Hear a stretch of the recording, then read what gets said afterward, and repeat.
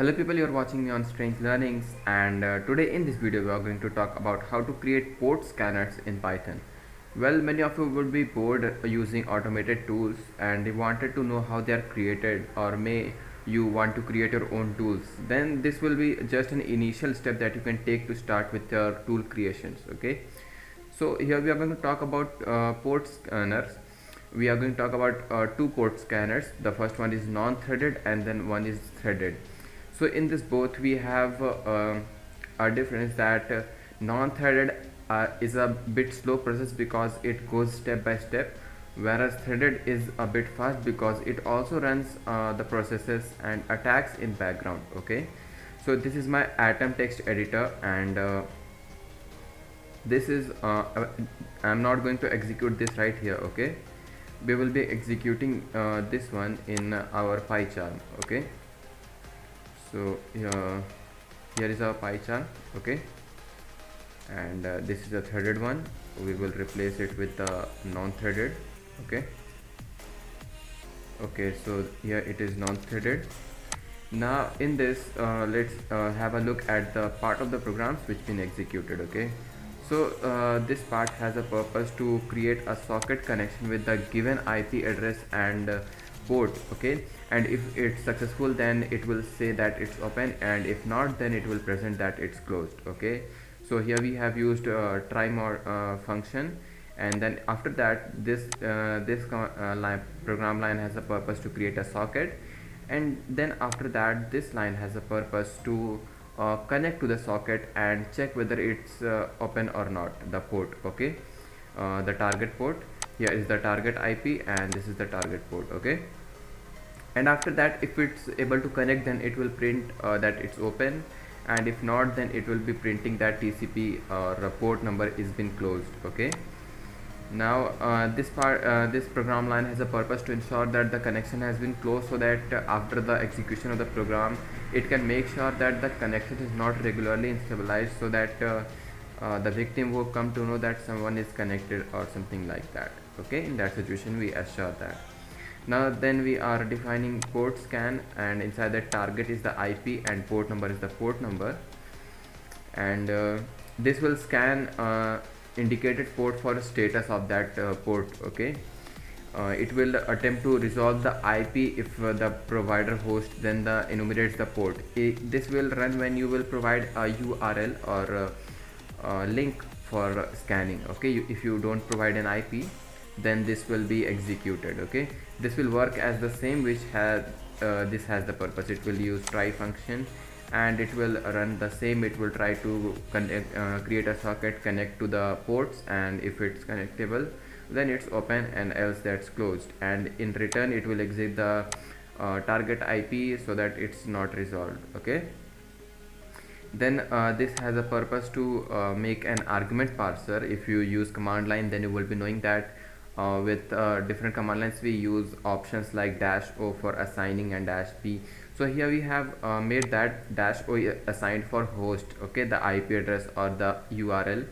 Then here we have assigned -p for the port numbers that we are going to check for it's open or closed. Okay, then this is to convert the argument namespace to dictionary. Okay, so that it will execute fine. Okay, and this is the part which will make the program being executed. Okay, here it will make sure that all the proper programs above are running fine, and if is there any error like parameters are not provided or something like that, then it will print that error, and you should provide command line argument before running. Okay, so this was all. It was a pretty simple and easy program.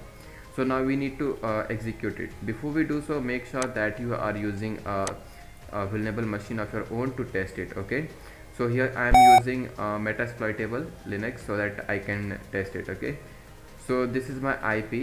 Okay, right here. Let's execute it once again so that we can check if it's changed or not. Okay, it's this one. Okay, so let's copy and paste it. Okay, so it is here. This is the argument parser, but keep in mind. Okay, so now we will go to run. Okay, left click on run, and here we will edit the configuration. Now here we get the options to add the parameters. This is the advantage of using PyCharm when creating your own Python programs. It gives you option to add your parameters before you run it. Okay, so here we will add -o and the IP address. Okay, make sure the O is capital. In default it goes for uppercase. Okay, so we'll copy the IP address, which is 192.168.49.147. okay, and afterwards don't try this IP because my system will be shutted down, my Metasploit server. So after that it will be executed on the internet. Okay, so make sure you are not doing that. Okay, now we'll add the ports. Okay, we'll add -p for ports, and we will add some port numbers. Okay, there are some port numbers which are you will get many on if you go through the internet. Okay, so we will execute some easy one. Okay, 23 and 445 and okay, 23 and 444 445. Okay, we will execute only for 3 just for illustration. Okay, and we just click on run, and here we get the output. Okay, so as you know that we entered 23, 444 and 445. So here we got to 23 is open and 445 is open and 444 is closed. So you can see that we got it. Okay, now this was the non-threaded one. If we want to get the threaded one, then we will go back again to our atom, because you won't like me to keep typing around. Okay, so this is the threaded program, which means the Python program which is capable of threaded scanning. Okay, we will replace this one and we'll just add it. Now there is a very slight change in this, which is added module which is threading, and banners query has been added here. Okay, so that it can have a proper banner presentation. Okay, and the rest is all same in it, and here is thing additional added right here. Okay, not that one, it's this one. Okay, so it has the purpose to get the target name and socket by URL, which means if you enter the URL, then this program will be executed here. Okay, so the rest all of are same. Okay, so we will go to run again. Okay, we will check for the parameters are proper or not. Okay, so yeah, parameters are all fine, and now we'll run it. Okay, so as we click on it run, we will get start getting our outputs. Okay, so you can notice here we got these two at the same time, and the results after a bit. Okay, after the two were presented.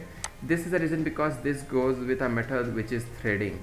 Okay, and when it goes with the threading, it is playing the roles in background. So you can see these were executed together, and as soon as they got the results, they presented together. Okay, so this is executed much better because we have used only 3. You won't face any problem.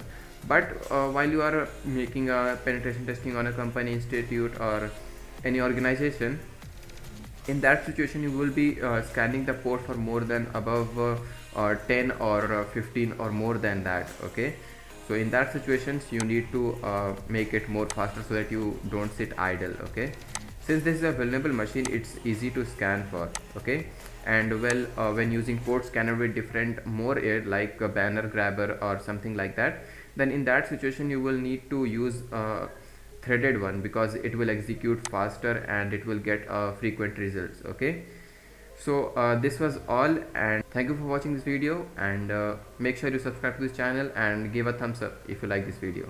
Happy learning.